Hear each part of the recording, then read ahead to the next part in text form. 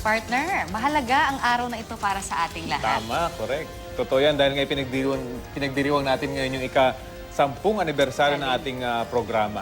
Isang dekada na ho ng paghahatid ng mga pinakasariwang balita kasabay ng inyong pananghalian. Kaya mga kapuso, maraming salamat po at asahan nyo ang aming patuloy na serbisyong totoo.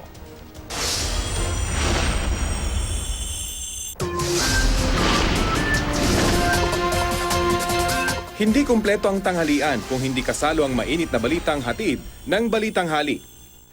Magandang tanghali po. Oras na para sa maiinit na balita. Magandang tanghali po. 2005, nang una nyo kaming makasama, Lunes hanggang Sabado, kasabay ng paglulunsad ng QTV11 ng GMA Network. Balitang Hali. Naging kasalo nyo sa malalaki at maiinit na balita. Rafi. Pia, mula na magsimula tayo. Tulad na lang ng Ultra Stampede noong 2006 kung saan mahigit 70 ang namatay. At patuloy pa rin tayo mag-atabay dito, Pia. Patuloy po ang search at rescue operation. At ang malawakang landslide sa Ginsagon, Leyte noong Pebrero 2006 na ikinamatay ng mahigit 1,000. Sa gitna ng pagguho ng lupa dito sa bayan ng St. Bernard. Naging kabalikat nyo rin kami sa paghahatid ng mahalagang impormasyon sa bawat dilubyo.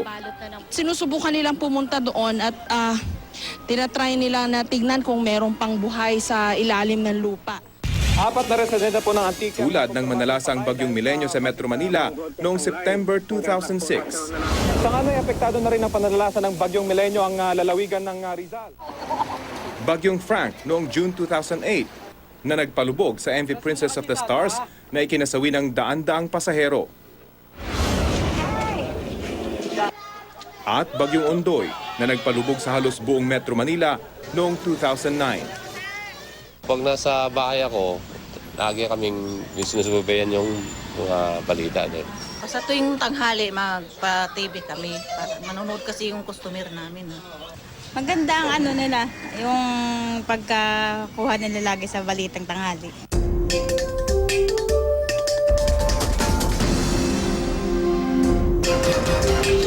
Noong 2010, inilunsad ang Balitang Hali Weekend kasama sina Marie Zumali at June Veneracion. Mas pinalawak ang pagbabalita, Lunes hanggang Linggo. Nang ilunsad ang GMA News TV noong Pebrero 2011, nanatiling kasama nyo kami sa balitaan. Magandang tanghali po. Oras na para sa maiinit na balita. Hindi naman talaga naka-seatbelt. Nitong 2014, nakasama natin si Connie Season sa paghahatid ng maiinit na balita at makabuluhang panayam at paghimay sa iba't ibang issue. Sinusundan ang bawat balita, saan mang panig ng Pilipinas, pati sa ibang bahagi ng mundo. Tunghayan ang kabuuan ng aking... Kasalo hindi lang sa balitaan, kundi pati na rin sa hottest chikahan.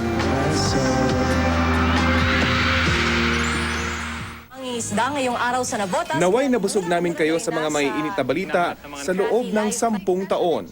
Maraming salamat po mga kapuso sa inyong pagtitiwala.